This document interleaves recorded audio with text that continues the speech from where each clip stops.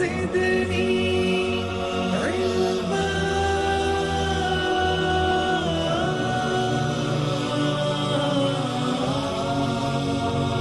رب زدني علما.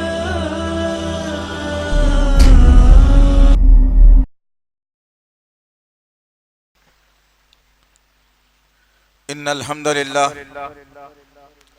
نحمده ونستعينه ونستغفره ونعوذ بالله من شرور أنفسنا ومن سيئات أعمالنا من يهدي الله فلا مضل له ومن يضلل فلا هادي له وأشهد أن لا إله إلا الله وأشهد أن محمدا عبده ورسوله أما بعد فإن خير الحديث كتاب الله وخير الهدي هدي محمد صلى الله عليه وسلم وشر الأمور محدثاتها وكل محدثة بدعة وكل بدعة ضلالة وكل ضلالة في النار. قال الله تعالى في القرآن المجيد والفرقان الحميد أعوذ بالله السميع العليم من الشيطان الرجيم وما قدر الله حق قدره ربي اشرح لي صدري ويسر لي امري واحلل عقدة من لساني يفقهوا قولي رب زدني علما آمین رب العالمین. تمام تعریفیں بزرگی بڑائی کبریائی اس رب غالب مولا کے لیے جو تمام جہانوں کا پالنہار مدبر مشکل کشا حاجت روا، جس کی ذات میں کوئی شکوہ نہیں، جس کی دانش میں کوئی شکایت نہیں، برخطا سے لا ریب ہے.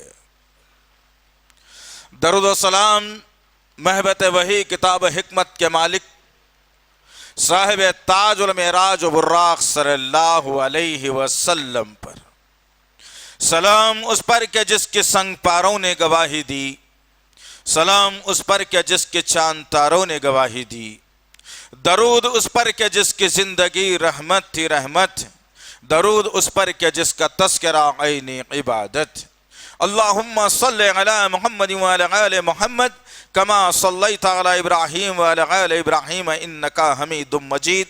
اللہم بارک علی محمد وعلی آل محمد کما بارکت علی ابراہیم وعلی آل ابراہیم انکا حمید مجید. برادران اسلام اور پس پردہ سننے والی اسلام کی معزز معتبر خواتین، یہ اللہ کا بے پناہ فضل اور کرم احسان ہے کہ اللہ رب العزت نے امت محمدیہ میں پیدا فرمایا. اللہ کا شکر و احسان ہے کہ اللہ رب العزت نے رب کی ربوبیت، رسول کی رسالت اور فکر آخرت کے لیے ایک کتاب کلام اللہ ہمیں عنایت فرمائی. اللہ کا سب سے بڑا کروڑ مرتبہ احسان ہے کہ اللہ رب العزت نے محمد صلی اللہ تعالی علیہ وسلم جیسا نبی اور رسول ہمیں عنایت فرمایا. عزیزان محترم اور اس امت کی غیور خواتین، جس طرح سے آپ تمام اس بات سے بخوبی واقف ہیں کہ ہماری یہ کوشش ہوتی ہے کہ وقت اور حالات کی مناسبت سے جمعے کا خطبہ دیا جائے تاکہ امت مسلمہ کو اس کا بھرپور فائدہ ہو، اپنے عقائد کو مضبوط کر سکیں، اپنے ایمان کو قوت دے سکیں، جنت کے مستحق بن سکیں، جہنم سے بچ سکیں. اسی ضمن میں ہر جمعہ ایک الگ الگ عنوان کے تحت آپ کے سامنے باتوں کو لایا جاتا ہے اور آپ کے کانوں تک ان باتوں کو پہنچایا بھی جاتا ہے. شرط یہ ہے عزیزان محترم کہ صحابہ کی روش، صحابہ کا طریقہ کار، صحابہ کا اصول ہماری زندگیوں سے نکلتا جا رہا ہے.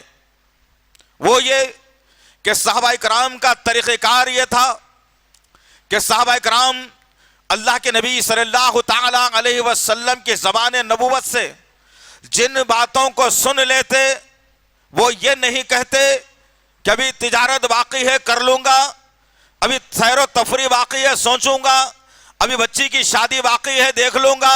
یہ ان کے پاس نہیں تھا، بلکہ جو احکامات اللہ کے نبی صلی اللہ تعالی علیہ وسلم اپنی امت کے سامنے، صحابہ کی جماعت کے سامنے پیش کر دیتے، وہ صحابہ کی زبانوں سے بے ساختہ ایک لفظ نکلتا کہ سمعنا و اطعنا، اے نبی کریم صلی اللہ علیہ وسلم ہم نے آپ کی بات کو اس جگہ پر سنا ہے، ہم اپنے گھروں کا رخ نہیں کریں گے، اپنی تجارت کو نہیں دیکھیں گے، اپنے خاندان اور کنبے کو نہیں دیکھیں گے، اپنی کمائیوں کو نہیں دیکھیں گے، اپنی شخصیت کو نہیں دیکھیں گے، بلکہ ہم یہ کریں گے کہ ابھی آپ کی بات کو ہم نے سماعت کیا، سن لیا ہے، اس مقام سے اٹھنے سے پہلے ہم نے سن لیا اور اٹھنے سے پہلے اس کی اطاعت کو ہم نے قبول بھی کر لیا۔ یہ جذبہ جب صحابہ کرام کی زندگیوں میں تھا، یہ اصول صحابہ کرام نے اپنا لیا تھا، تو اللہ رب العزت نے زمین پر وہ چلتے تو جنت میں ان کے قدموں کی آواز کو سنا دیتا۔ زندہ زمین پر وہ لوگ آپس میں سرگوشیاں کرتے، یا ان کی عبادتوں کو اللہ جب دیکھتا تو آسمان پر اپنے مقرب فرشتوں کے اندر ان کا نام لے کر اللہ کہتا کہ دیکھو فرشتوں کہ اللہ کے نبی کے امتی میرے بندے زمین پر کیسے میری عبادت کر رہے ہیں۔ یہ اصول، یہ طریقہ کار میری اور آپ کی زندگیوں میں آئے گا عزیزان محترم، تو میری اور آپ کی زندگیاں کامیاب ہو جائیں گے انشاءاللہ۔ آج ہم ناکام ہونے کی بنیادی وجہ کیا ہے عزیزان محترم؟ آج مسلمانوں کو کبھی NRC سے ڈرایا گیا، تو کبھی آدھار کارڈ سے ڈرایا گیا، تو کبھی حکومت سے ڈرایا گیا، کبھی ہوم منسٹر سے ڈرایا گیا، کبھی کوئی اور قانون سے ڈرایا گیا۔ غرض کہنے کا مقصد یہ ہے کہ یہ تمام کے تمام قوانین دنیا کے ہیں عزیزان محترم، تم رب کے دامن کو مضبوطی سے تھام لو، رب کی عبادتوں میں تم جڑ جاؤ، اللہ کے گھروں کو 5 وقت تم بھر دو، اپنی تجارت کو حلال طریقے سے کر لو، اپنے رشتوں کو بہترین تم نبھا لو، آپس میں محبت کا پیغام عام کرو، قرآن کے پیغام کو جاننے نہ جاننے والوں تک تم پہنچا دو، الصلاۃ خیر من النوم پر بستر کو چھوڑ کر تم مسجدوں کا رخ کرو، تو قسم ہے رب کعبہ کی یہ دنیا کا قانون تمہاری جوتیوں کی نوکوں پر آ جائے گا انشاءاللہ۔ لیکن کیا ہو رہا ہے کہ آج مسلمان، ہماری صفوں کے انتشار نے ہمیں پریشان کر کے رکھ دیا، ہماری صفوں کے انتشار نے ہمیں دھوکے میں ڈال دیا، اور جب کبھی ہم اللہ اور اس کے رسول صلی اللہ علیہ وسلم کی باتوں کو سنتے ہیں، کچھ احادیث ہمارے تک پہنچتی ہے، توحید کی بات ہمارے کانوں تک آتی ہے، رسالت کا پیغام ہم سنتے ہیں، صحابہ کے واقعات ہم سنتے ہیں، لیکن برائی ہمارے درمیان سے ختم ہونے کا نام نہیں لے رہی ہے۔ کبھی غور و خوض کرنا، کبھی غور و فکر کرنا، اطمینان کے ساتھ بیٹھ کر کبھی تدبر کرنا کہ ہمارے درمیان سے اللہ برائیوں کو ختم کیوں نہیں کر رہا ہے، کیا وجہ ہے کہ برائیاں ہمارے درمیان سے ختم نہیں ہو رہی ہے؟ تو اصول ملے گا کہ میں اپنی زندگی میں اتنا مہو ہو گیا کہ اپنی تجارت کی فکر ستائے جا رہی ہے، بچوں کی تعلیم کی فکر ستائے جا رہی ہے، دعوتوں کی فکر ستائے جا رہی ہے، کس کی کے پاس اگر 2 3 یا 1 بیٹی جوان ہے تو اس کی شادی کی فکر ستائے جا رہی ہے، بچے کی کمائی کی فکر ستائے جا رہی ہے۔ ہر قسم کا غم انسان اپنی زندگیوں میں اپنے ہاتھوں سے لا لیا، اور رب کو ناراض کر کے زندگی گزار کر انسان کامیابی حاصل کرنا چاہ رہا ہے۔ اسی ضمن میں آج کے جمعے کے خطبے کا جو عنوان ہم نے منتخب کیا ہے عزیزان محترم کہ اللہ پر بھروسہ پر کیسے۔ انشاءاللہ العزیز ہر انسان جانتا ہے، ہر مذہب کے آدمی سے کبھی سوال کر لینا، ہر مذہب کے آدمی سے کبھی پوچھ لینا کہ تیرا بھروسہ اوپر والے پر ہے یا نہیں، تو ایک لا الہ الا اللہ کا پڑھنے والا بھی کہے گا کہ ہاں میرا بھروسہ اوپر والے پر ہے۔ اور جو اسلام سے خارج ہیں، اسلام سے باہر ہیں، آپ ان سے بھی کبھی سوال کر کے پوچھ لینا کیا تیرا بھروسہ میرے بھائی اللہ پر اوپر والے پر ہے یا نہیں، تو وہ آدمی کہے گا کہ ہاں اللہ پر اوپر والے پر میرا بھروسہ ہے، میں تمام کیا تمام بھروسہ اوپر والے ہی پر کرتا ہوں۔ ذرا غور کرو، لا الہ الا اللہ کا پڑھنے والا بھی ایک پور اوپر والے پر بھروسہ کر رہا ہے، جو لا الہ الا اللہ کا اقرار نہیں کرتے، جو نبی کو نبی نہیں مانتے، جن کا اخراج اسلام سے لازمی طور پر ہے، جو کفر کے دلدل میں پھنسے ہوئے ہوئے ہیں وہ بھی کہہ رہے ہیں کہ اوپر والے پر ہمارا بھروسہ ہے، تو تمہارے اور ان کے ایمان میں فرق کیا رہ گیا ہے؟ آج کی نشست میں لے کر کے جانا عزیزان محترم، جان کر کے جاؤ کہ اللہ پر بھروسہ کیا ہوتا ہے۔ میرے اور آپ کے آقا محمد صلی اللہ علیہ وسلم نے اوپر والے پر بھروسہ کرنے کا اصول اور طریقہ کیا بتایا تھا، اور آج ہماری زندگیوں میں خبر پرستی نے کیا جگہ بنائی، پیر پرستی نے کیا جگہ بنائی، جھنڈا پرستی نے کیا جگہ بنائی، مرشدوں کے خدموں نے کیا جگہ بنائی، تعویذ اور گنڈے پلیتوں نے کیا جگہ بنائی، ہمارے باپ دادا کے دین کو لے کر چلنے سے مسلمانوں کا کیا نقصان ہوا۔ انشاءاللہ العزیز آج کے خطبے میں ہم رکھنے کی کوشش کریں گے۔ سب سے پہلے اس بات کو میں دہراتا چلوں کہ اللہ رب العزت نے کلام اللہ قرآن مجید کے اندر سورہ حج میں واضح کر کے بتایا کہ وما قدر اللہ حق قدرہ، وما قدر اللہ حق قدرہ، وما قدر اللہ حق قدرہ۔ کبھی قرآن پڑھنا عزیزان محترم، ان آیتوں پر جب پہنچو تو بار بار اس آیت کو دوہرا کر تم پڑھ کر اپنے عقیدوں کا جائزہ لینا، اپنے ایمان کا جائزہ لینا، اپنی نفسانی خواہشاتوں کا جائزہ لینا، اپنے خاندانوں کا جائزہ لینا، اس کے بعد سوچنا کہ اللہ رب العزت نے 1400 برس پہلے اس آیت کا نزول کر کے صحابہ کی زندگیوں کو ہلا دیا تھا۔ صحابہ آنسو بہانے پر مجبور ہو گئے تھے، داڑیاں جن کی بھگ گئی تھی، جن کے داڑیوں سے پانی ٹپک کر ان کے چہروں کے سامنے کچا زمین کر دیا تھا۔ ایسی آیت ہے کہ اللہ رب العزت نے اس آیت میں کیا کہا، وما قدر اللہ حق قدرہ۔ کیا نبی کریم صلی اللہ علیہ وسلم آپ لوگوں سے بتا دینا، آپ لوگوں سے کہہ دینا کہ اللہ کی قدر ان لوگوں نے جیسی کرنی سی ویسی نہیں کی۔ اللہ اکبر۔ آنکھ اللہ کی استعمال کیا، زبان اللہ کی استعمال کیا، سارا کا سارا جسم اللہ کا، ساری ملکیت اللہ کی۔ روز کروڑوں ٹن تم آکسیجن استعمال کرتے ہو، رب 1 روپیہ تم سے کرایہ نہیں پوچھا اس کا۔ غذا کھا جاتے ہو سالانہ، اچھی نعمتیں استعمال کرتے ہو، کیا کبھی رب کیا چاہتا ہے، رب کی پسند کی زندگی گزارنے کا جذبہ ہمارے اندر پیدا ہوا؟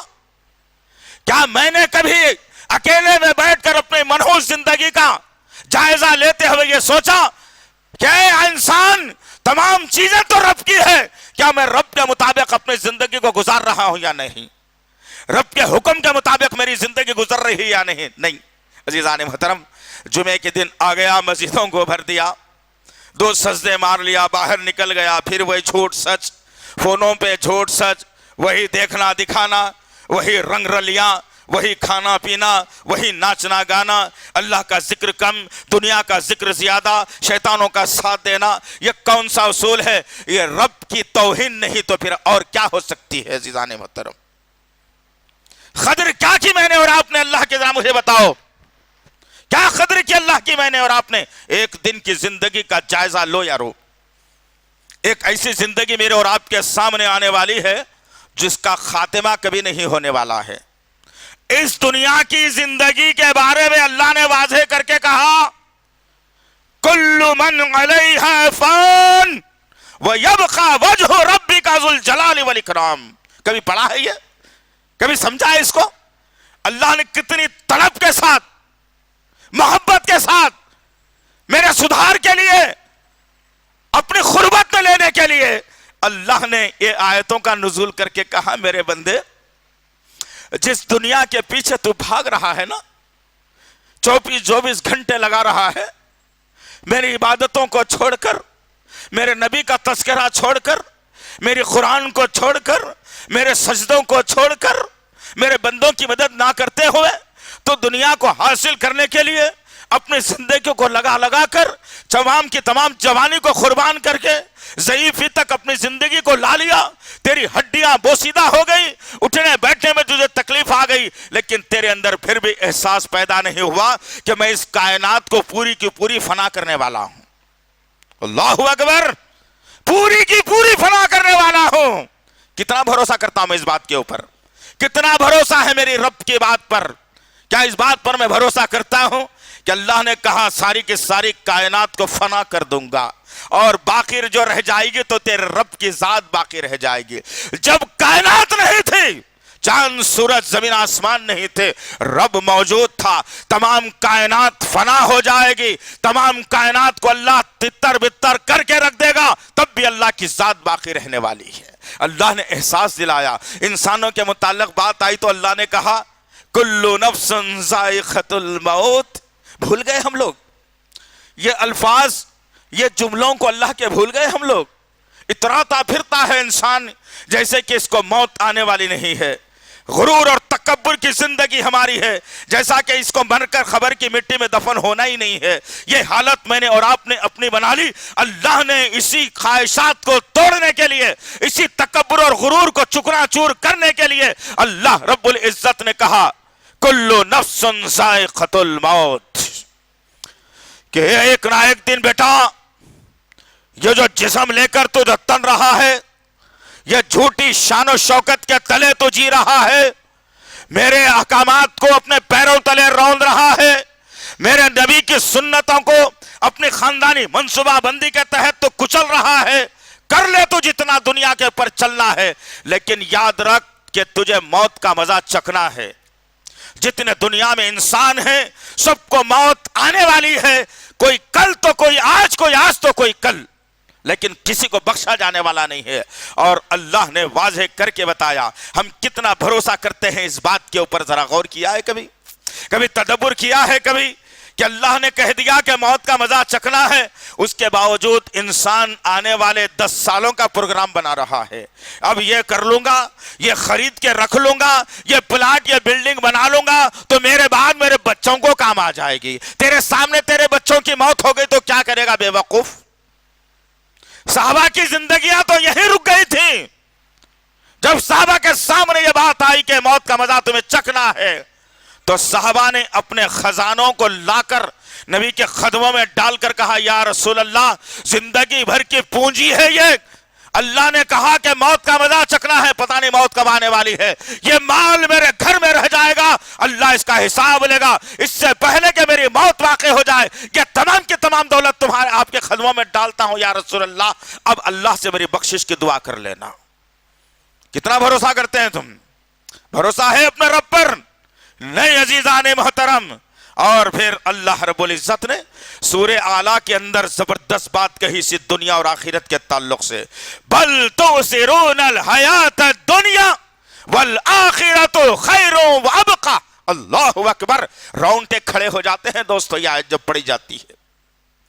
دولت کے جب دنیا کو دیکھا جاتا ہے تو سمجھ میں آتا ہے کہ بڑی نادان دنیا ہے اور ہم یہ فنا ہونے والی دنیا کے لیے اپنی طاقت کو چھونک رہے ہیں، اپنے رب کی ناراضگی میں زندگی گزار رہے ہیں. اللہ رب العزت نے کہا اے میرے ماننے والو، اے میرے بندو، تم تو دنیا کے اوپر مر مٹنے والے ہو، تم دنیا کو چاہنے والے ہو، تم دنیا کو حاصل کرنے والے ہو. ہرگز یہ بات اچھی نہیں ہے، اسی لیے کہ آخرت تمہاری ہمیشہ ہمیشہ کے لیے باقی رہنے والی ہے. آخرت کا تذکرہ آیا تو اللہ نے کہا کبھی ختم نہیں ہوگی آخرت. ایک مرتبہ انسان مر جائے گا، حساب کتاب ہو جائے گا، موت کو ذبح کر دیا جائے گا، جنتی جنت میں چلے جائیں گے، جہنمی جہنم میں چلے جائیں گے. اس کے بعد جہنم کا آدمی موت کے لیے ترسے گا، تڑپے گا اور کہے گا کہ اللہ یہ برداشت نہیں ہو رہی ہے چرکے، یہ برداشت نہیں ہو رہا ہے سانپ اور بچھو کا زہر، یہ برداشت نہیں ہو رہا ہے پیاس، یہ برداشت نہیں ہو رہی ہے آگ، یہ برداشت نہیں ہو رہا ہے جسم کی چمڑی کا جلانا. اے اللہ موت دے دے موت. اللہ کہہ رہا ہے تجھے موت آنے والی نہیں ہے. ہم نے یہی کہا تھا تجھ سے دنیا کے اندر کہ دیکھ ہماری مرضی کے مطابق زندگی گزار لے، تیری موت کو بہتر بنا کر جنت میں داخل کر دوں گا. تو نے دنیا میں ہماری بات کو مانا نہیں، تو نے دنیا میں ہماری بات کو سمجھا نہیں، تو نے دنیا میں ہماری بات کو پسے پش ڈال دیا اور اپنے من مانی زندگی گزار کر اب آیا ہے. یہ سمجھتا تھا تو کہ دنیا کبھی ختم نہیں ہونے والی ہے. ہم نے کلام اللہ میں واضح کر دیا تھا، نبی کے قلب اتھر پر واضح کر دیا تھا، اس کائنات کو ہم فنا کر کے رہیں گے. واہ سبحان اللہ بحمدہ یارو. اب جنت میں جانے والا آدمی خواہش کرے گا کہ اللہ، پھر پوچھے گا اپنے رب سے وہ بندہ جو جنت میں عالی شان زندگی گزار رہا ہے، ٹھنڈی زندگی، سکون کی زندگی، بے فکری کی زندگی، ہر چیز اس کے لیے میسر کی جا رہی ہے، پھل ہے، غذا ہے، شہد کی نہریں، دودھ کی نہریں، زنجبیلہ سونٹ کی آمیزش کی ہوئی شراب دی جائے گی، ایسی چیزیں اس کے لیے مقرر کر دی گئی ہے. وہ بندہ اپنے رب سے پوچھے گا اللہ کیا پھر موت آئے گی مجھے؟ کیا میں مار دیا جاؤں گا یہاں پر؟ کیا مجھے مار کر تو پھر جنت سے نکال دے گا؟ میرا رب کہے گا نہیں، تو رب پسند زندگی گزار کر آیا ہے، تو رب کے پسندیدہ بندوں میں سے تھا، اسی لیے اللہ نے تجھے، اسی لیے میں نے تجھے مجرموں میں سے نکال کر جنتوں میں تیرا شمار کر دیا. اب تجھے موت آنے والی نہیں، اب ہمیشہ کے لیے تو جنت میں رہنے والا ہے. اللہ اکبر. یارو یہ زندگی اپنی بنا لو، میری ماں بہنوں یہ زندگی اپنی بنا لو کہ آخرت کی فکر کرو، دنیا کی فکر کو چھوڑ دو. رب تمہارے مقدر میں جتنا رزق لکھا ہے نا وہ رزق تمہیں مل کر کے رہے گا، رزق تمہارا پیچھا کر کے آئے گا، رزق تمہارے تک جب تک رب پہنچا نہیں دیتا رب سکون نہیں پاتا. یاد رکھنا اس بات کو. یہ شکل الگ ہے کہ میں جلد بازی میں کچھ غلط کام کر لیتا ہوں، میں جلد بازی میں جھوٹ بول کر تجارت کر لیتا ہوں، میں جلد بازی میں جھوٹ بول کر کسی کا حق مار لیتا ہوں، تبھی تو جا کر مجرموں میں ہمارا شمار ہو جاتا ہے. رب پر بھروسہ کر لو، انشاءاللہ رب کامیاب کرنے والا ہے. رب کسی کو ناکام نہیں کرتا جو رب پر بھروسہ کر لیتا ہے. آؤ میرے اور آپ کے آقا محمد صلی اللہ علیہ وسلم نے رب پر بھروسے کا اصول اور طریقہ بھی بتایا. میرے اور آپ کے آقا محمد صلی اللہ علیہ وسلم ایک غزوے سے واپس آ رہے ہیں، سرخرو و شادماں کامیابی کا جھنڈا بلند کر کے، اسلامی سلطنت حاصل کر کے میرے اور آپ کے آقا محمد صلی اللہ علیہ وسلم مدینے کی طرف دھیرے دھیرے کشاں با کشاں رواں اور دواں ہیں. صحابہ کی ایک جماعت ہے جو زخموں سے چور ہے، جو بچے ہوئے صحابہ تھے وہ بھی ساتھ ہیں، اور راستہ طے ہو رہا ہے. راستہ چلتے چلتے صحابہ کرام تھک جاتے ہیں. ایک کھجوروں کے جھاڑوں کا جھنڈ ملتا ہے. صحابہ کہتے ہیں یا رسول اللہ اب کچھ دیر کے لیے اس جھاڑوں کے چھاؤں میں آرام کر لیں گے، کافی دور سے چل چل کر آ رہے ہیں، اب تھک گئے ہیں، بھوک بھی لگ رہی ہے، اگر یہاں اطراف میں پانی مل گیا تو پانی بھی قافلے کے ساتھ جمع کر لیں گے. رب پر بھروسہ کیا ہوتا ہے میرے نبی کی سنت سے اور سیرت سے لینا. دوستو آج میں تم کو بتاؤں گا کہ ہم بھروسہ کس پر کرتے ہیں اثر. اسی لیے تو میں اور آپ آج نقصان اٹھانے والے ہیں. اللہ کے نبی صلی اللہ علیہ وسلم نے صحابہ کے مشورے کو قبول کر لیا. کھجوروں کے جھنڈ کے نیچے قافلے کو بٹھا دیا گیا، اونٹ اور گھوڑے خچر بیٹھے. صحابہ نے دیکھا کہ جھنڈ سے ہٹ کر ایک جھاڑ ہے، وہ جھاڑ کی چھاؤں اچھی پھیلی ہوئی ہے. اللہ کے نبی سے کہا صحابہ کرام یا رسول اللہ ہم یہاں کچھ کھائیں گے، پیئیں گے، پکائیں گے، آگ جلائیں گے، آپ کی نیند میں خلل ہوگا، کیوں نہ اس دور جھاڑ کے نیچے آپ کا بستر لگا دیا جائے، آپ کچھ دیر کے لیے آرام کر لو، جیسے ہی کھانا پک جائے گا، پانی کا انتظام ہوگا، ہم آپ کو آ کر جگا کر ہمارے ساتھ کھانا کھلا لیں گے. میرے اور آپ کے آقا محمد صلی اللہ علیہ وسلم نے تجویز کو قبول فرمایا اور اکیلے جھاڑ کے نیچے میرے اور آپ کے آقا کے لیے بستر تیار کیا گیا. اللہ کے نبی صلی اللہ علیہ وسلم بہت تھکے اور ماندے تھے. جیسے ہی اللہ کے نبی صلی اللہ علیہ وسلم بستر پر لیٹتے ہیں اللہ نیند کی آغوش میں لے کر چلا جاتا ہے. اللہ کے نبی صلی اللہ علیہ وسلم نیند کی آغوش میں ہیں، گہری نیند میں میرے اور آپ کے آقا. ایک سم سے یہودی کا گزر ہو رہا ہے، یہودی کے ہاتھ میں برہنہ ننگی تلوار ہے. اس نے دیکھا کہ تمام کے تمام محمد صلی اللہ علیہ وسلم کے ساتھی صحابہ کرام کھانے اور پکانے میں لگے ہوئے ہیں، ادھر محمد صلی اللہ علیہ وسلم اکیلے ہیں. یہودی نے سوچا کہ موقع اچھا ہے، اس آدمی کا قتل کر دیا جائے. اللہ اکبر. کس شخصیت کے قتل کی سوچی ظالم، اور وہی ظلم آج تک کبھی فلسطین کی سرزمین پر ہوا تو کبھی شام کی سرزمین پر ہوا. یہی یہودیوں اور رافضیوں کی پلاننگ نے مسلمانوں کو تہس اور نہس کر کے رکھ دیا. وہ آدمی یہودی ہاتھ میں تلوار کو لیا ہوا دھیرے دھیرے پاؤں کو دبا کر اللہ کے نبی صلی اللہ علیہ وسلم کی طرف بڑھتا ہے. تلوار ہاتھ میں ہے، تلوار کو اٹھایا اور اللہ کے نبی صلی اللہ علیہ وسلم کے گلے مبارک پر رکھ دیا. رکھ کر کہتا ہے محمد اٹھ، نعوذ باللہ من ذالک یاذ باللہ. تلوار کو چبایا اور اللہ کے نبی نے آنکھ کھولی، کہتا ہے محمد اٹھ، تیرے ساتھی تو ادھر کھانے اور پکانے میں لگے ہوئے ہیں، پانی لینے میں لگے ہوئے ہیں، تیرا ہوش کسی کو نہیں، اب تو میری تلوار کی زد میں ہے، اب بتا تجھے کون میرے تلوار کے وار سے بچا سکتا ہے۔ اللہ اکبر۔ آج معاملہ یہ ہو رہا ہے کہ حکومت کا خوف، پولیس اور کسی اور کا خوف، قانون کے خوف نے آج غلامی کی زنجیروں میں لا دیا مسلمانوں کو۔ اپنی ناقص زندگی کو بچانے کے لیے ہزاروں مسلمانوں کی زندگیوں سے کھیلا جا رہا ہے۔ آج حکومت کے گود میں بیٹھ کر رافضی ٹولہ مسلمانوں کے خلاف میں رنگ لیا کر رہا ہے، اور مسلمان بیچارہ اپنی صفوں کے انتشار کو ختم کرنا نہیں چاہتا، اور مسلمان سمجھتا ہے کہ ہاں بھائی چلو کیا ہو رہا ہے نہیں معلوم، چلو اچھا بولنے میں کیا جا رہا ہمارا، ہم بھی تائید میں لگ جائیں گے۔ نعوذ باللہ۔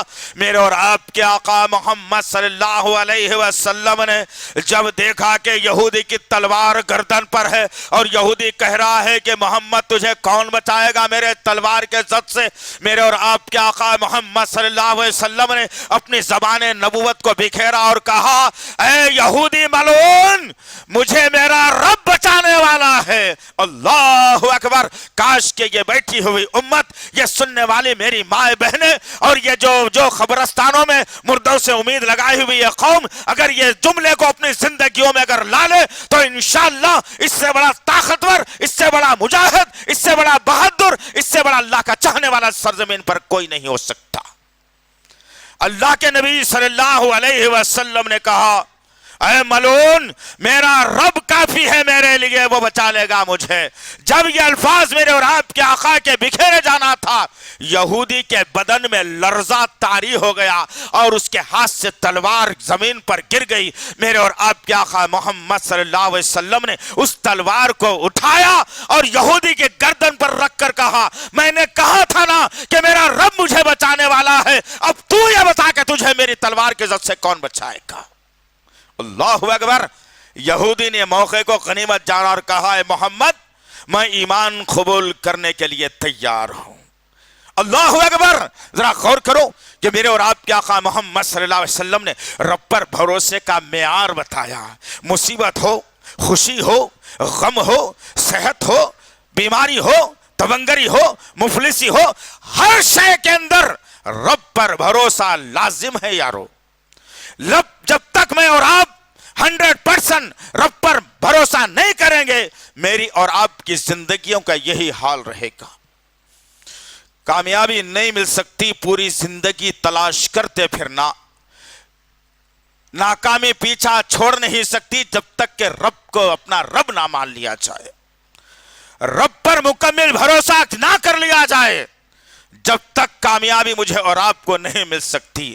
اور آج میرا اور آپ کا معاملہ کیا ہے کہ پریشانی اگر گھر میں آ گئی تو کوئی پیرانی ماں یا کوئی ان پڑھ مفتی سے مراد میری یہ ہے کہ جس کو پڑھنے لکھنے کچھ نہیں آتا نا، جو خاندان کا بڑا بھی ہوتا ہے، سگریٹ بھی پیتا ہے، گٹکا بھی کھاتا ہے، لیکن اپنے بڑے ہونے کا دھوس جتاتا ہے، اور جب کبھی کوئی مصیبت یا خاندان کے اندر کام ہو تو اس ظالم انسان سے مشورہ لیا جاتا ہے۔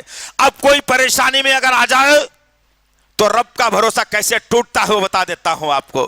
یہ ہوتا یہ ہے کہ جب مشورہ لیا جاتا ہے اور پوچھا جاتا ہے کہ بھائی دیکھو آپ بڑے عمر میں ہیں، بزرگ ہیں، آپ کو تجربہ ہے اس بات کا کہ آپ ذرا بتائیے کہ یہ پریشانی ہماری کیسے دور ہوگی، تو وہ ظالم انسان یہ نہیں کہے گا کہ پیر اور جمعرات کو روزہ رکھا جائے، نبی کی سنت ہے، نہیں معلوم اسے، اور یہ نہیں کہے گا کہ 2 رکعت نماز پڑھ لو، وضو بناؤ، 2 رکعت نفل نماز پڑھو، سجدے میں جاؤ، اپنے رب سے اپنی معافی کا اعلان کرواؤ اور یہ پریشانی دور کرواؤ، یہ نہیں کہے گا۔ وہ ظالم انسان کہے گا، رب سے ناتا توڑوا کر کہے گا کہ دیکھو فلانے جگہ ایک حضرت ہے، بہترین تعویذ دے دیں گے وہ،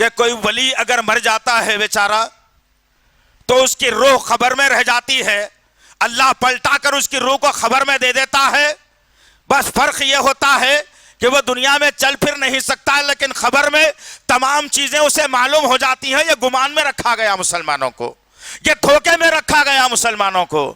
قرآن پڑھو، پھر کہہ رہا ہوں میں قرآن پڑھو، سورہ آل عمران۔ اب میں آیت تو نہیں بولوں گا آیت نمبر، اس لیے کہ لوگوں کو عادت پڑ گئی جیسے ہی کوٹیشن دیا گیا بس اتنی آیت پڑھ لے رہے ہیں، باقی کا قرآن بند کر کے رکھ دے رہے ہیں۔ اب میں تمہیں سورت کا حوالہ دوں گا کہ سورہ آل عمران پڑھ کر کے آنا انشاءاللہ۔ سورہ آل عمران کے اندر اللہ رب العزت نے کہا جو اللہ کے ولی بھی کون؟ یہ پہاڑوں پر بیٹھ کر اپنی زندگی گزار کر مر جانے والے ولی نہیں، اللہ کے راستے میں گردنوں کو کٹانے والوں کو اللہ نے ولی کہا، اللہ نے ولی انہیں کہا۔ وہ ولیوں کا تذکرہ اللہ رب العزت کہہ رہا ہے کہ جو ولی شہید ہو جاتا ہے تم اسے مردہ مت کہو، وہ زندہ ہے، اللہ کے پاس سے وہ روزیاں تلاش کر رہا ہے۔ یہ آیت قرآن میں موجود ہے۔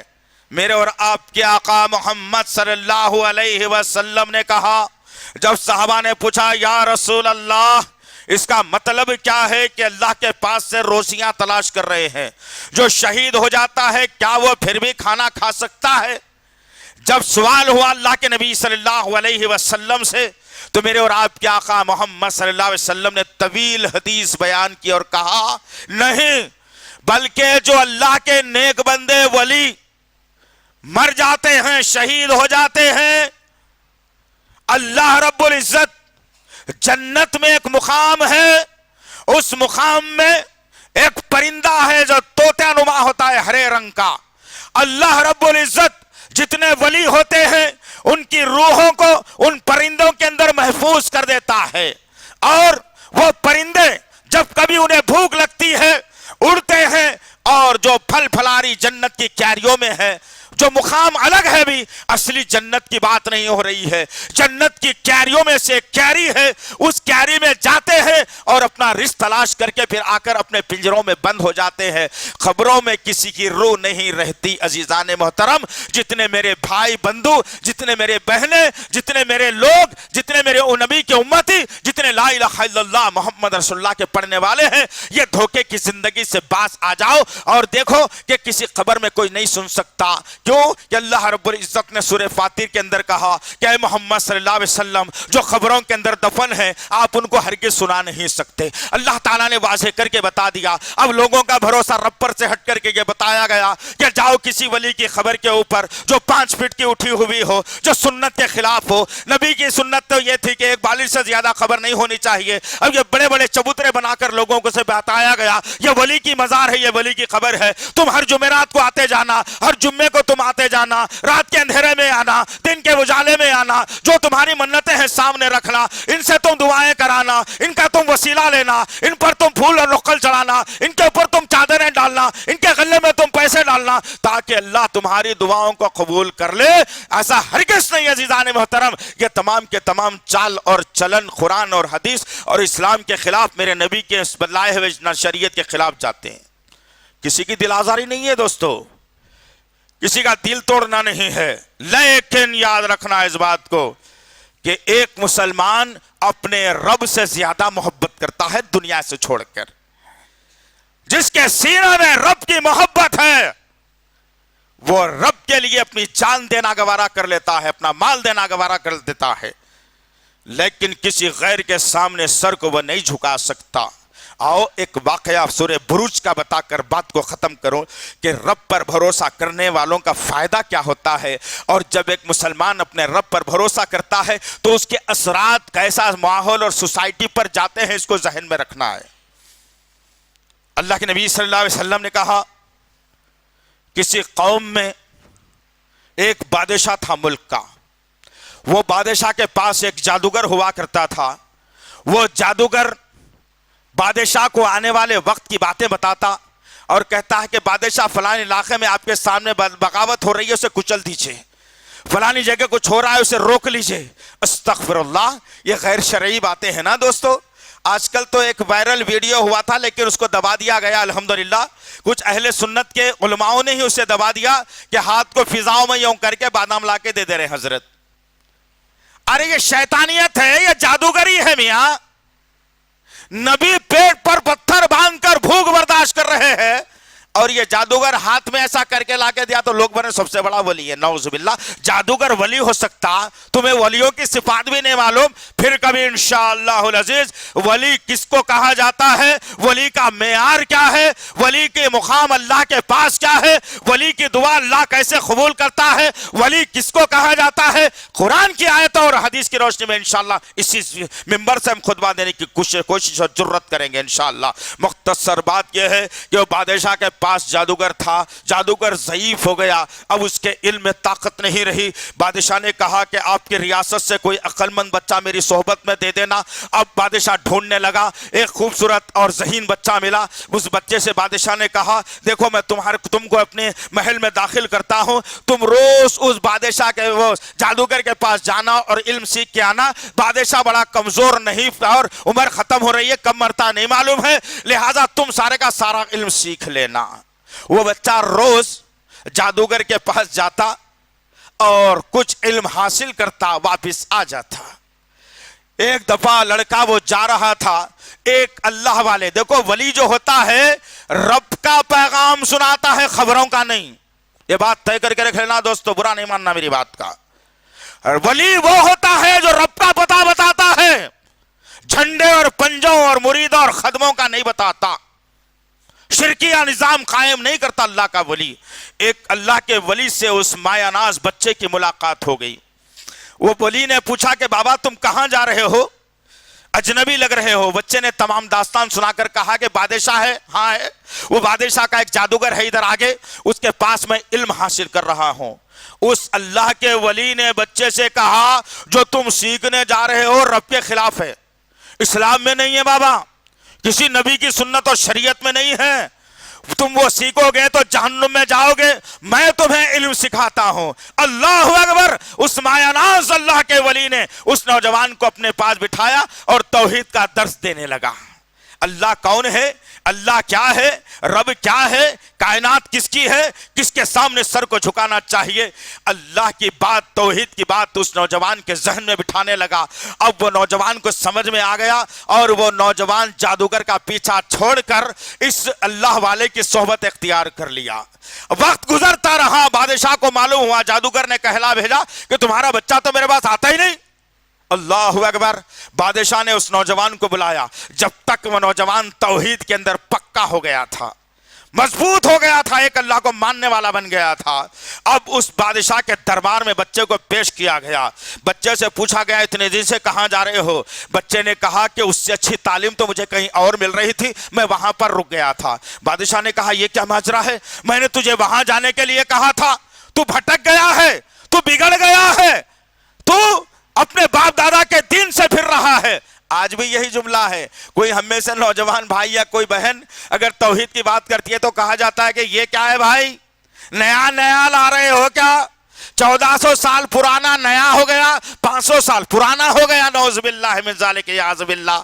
وہ بادشاہ بھی یہی کہا اور کہا اپنے درباریوں سے کہ اس بچے کو اونچے پہاڑ پر لے جاؤ, یہ ایک اللہ کو ماننے کی بات کر رہا ہے, ہماری بادشاہت میں خلل کر رہا ہے, کل ہو سکتا ہے کہ ہمارے خلاف یہ بغاوت کر بیٹھے, اسے لے جاؤ اور بڑی پہاڑ کی اونچی چوٹی سے ڈھکیل کر مار ڈالنا. اسے بڑی اونچی پہاڑ کی چوٹی پر لے جایا گیا اور اس بچے کو چوٹی سے ڈھکل دیا گیا. بچے نے اپنے رب کو پکارا اور کہا یا اللہ تو میری مدد کے لیے کافی ہے. چشم فلک نے اس منظر کو دیکھا, ان ظالموں نے منظر کو دیکھا. بچہ نیچے گرنے کے باوجود بلندی سے زندہ بچ کر آ رہا ہے, زندہ چل کر آ رہا ہے. پھر اس بچے کو بادشاہ کے دربار میں پیش کیا گیا. اس بادشاہ نے کہا کہ سمندر میں بیچ میں لے جاؤ اور پانی میں ڈھکیل دو, سمندر کی مچھلیوں کی غذا بن جائے گا. کشتی میں بٹھا کر بچے کو سمندر میں لے جایا گیا. سمندر میں جیسے ہی جانا تھا, سمندر میں بیچ میں جانے کے بعد اس کشتی سے اس بچے کو پھینک دیا گیا اور بچہ پانی میں گرتا ہے تو پانی اسے سنبھال لیتا ہے اور بچہ زندہ بچ کر واپس آتا ہے. پھر بادشاہ کو معلوم ہوتا ہے کہ بچہ جو ہے نا زندہ ہے. بادشاہ نے کہا یا اس ایسی کیا طاقت اس کے پاس آ گئی جو میرے جادوگر کے پاس بھی نہیں ہے؟ ایسا کیا اس کے پاس طاقت ہے؟ اس بچے سے پوچھنے لگا کہ تیرے مرنے کی وجوہات کیا ہو سکتی ہیں، کیسے تو مر سکتا ہے یہ بتا۔ اللہ اکبر۔ لے جاؤ دوستو، توحید کیا ہوتی ہے، رب پر بھروسہ کیا ہوتا ہے۔ آج اسلام بدنام ہو رہا ہے، غیر مسلم کہہ رہے ہیں کہ ہم جو ہے نا کھڑے کو پوچھتے ہیں، تم لیٹے کو پوچھتے ہو، فرق کچھ بھی نہیں ہے تمہارے ہمارے درمیان میں۔ اسلام کی حالت تو یہ بنا دی۔ اس معصوم بچے نے کہا، اے بادشاہ سلامت، مجھے مارنا ہی اگر چاہتے ہو تو کسی میدان میں تمام آپ کے اس ملک کی رعایا کو جمع کرو اور مجھے ایک پیڑ سے باندھو اور اپنے ہاتھ میں خود ایک تیر اور کمان لو اور یہ کہو کہ میں اس بچے کے رب کے حکم سے یہ تیر چلا رہا ہوں۔ اگر آپ یہ جملہ کہو گے کہ اس بچے کے رب کے حکم سے میں تیر چلا رہا ہوں تو میں مر سکتا ہوں، اس سے پہلے میں نہیں مر سکتا، رب مجھے بچانے والا ہے۔ اللہ اکبر۔ بادشاہ نے سوچا کہ یار اتنی سی بات ہے، کیا ہونے والا ہے، یہ اتنی سی بات ہے، کیا ہونے والا ہے اسے؟ تمام اعلان ہوا کہ فلاں دن فلاں بچے کو پیش کیا جانے والا ہے۔ تمام عوام، مرد، عورتیں، بچے، بوڑھے، جوان تمام جمع ہوئے، تمام بادشاہ بھی آ گیا۔ بادشاہ آ کر کے بچے کو سامنے کھڑا کر دیا جھاڑ کے پاس اور تیر اور کمان ہاتھ میں لیا اور یہ کہتا ہے وہ بادشاہ کہ میں اس بچے کے رب کی قسم کھا کر اس بچے کے رب کے حکم سے میں تیر چلا رہا ہوں۔ جب تیر سنسناتے ہوا فضا میں نکلتا ہے اور تیر آ کر اس کے سر میں لگتا ہے، بچہ شہید ادھر ہو کر گرتا ہے۔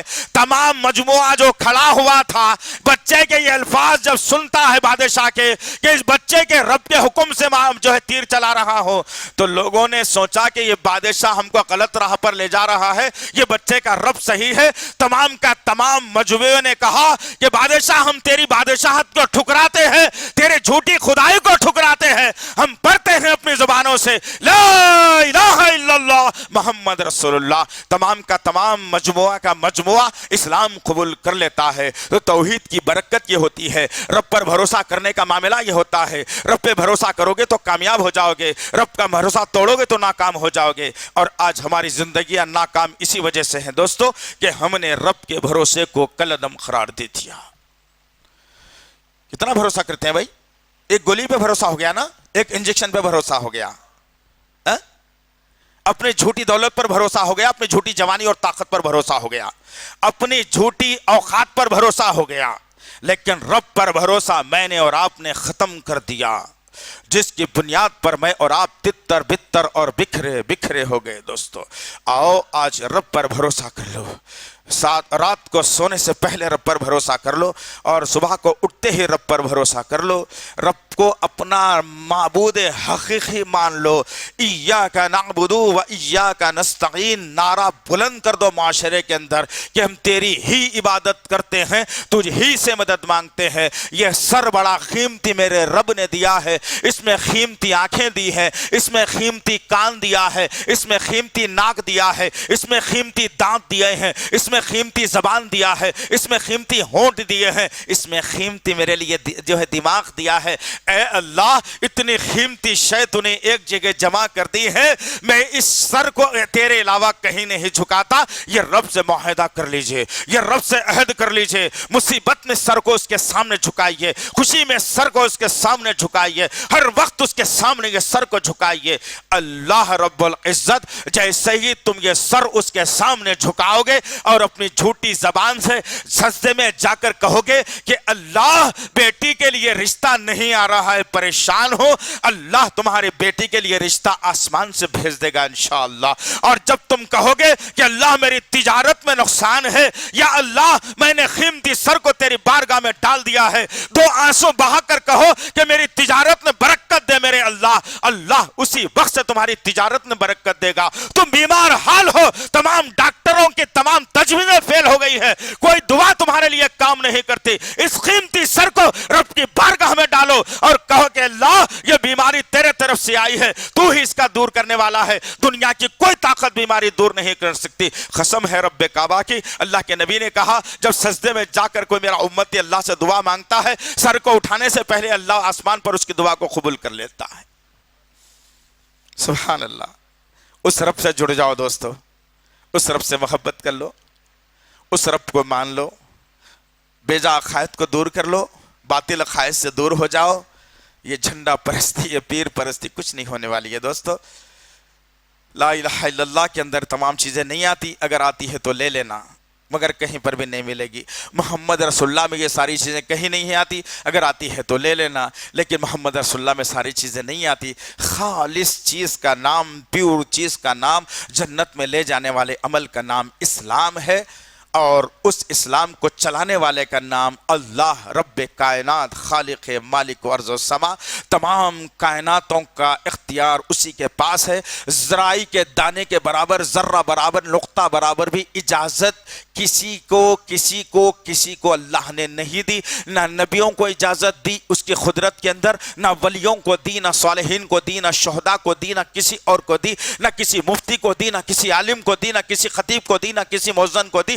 کسی کو اس کی ذات میں، اس کی ملکیت میں ذرہ برابر اختیار نہیں ہے۔ تمام کا تمام کائناتوں کا مالک وہ رب ہے۔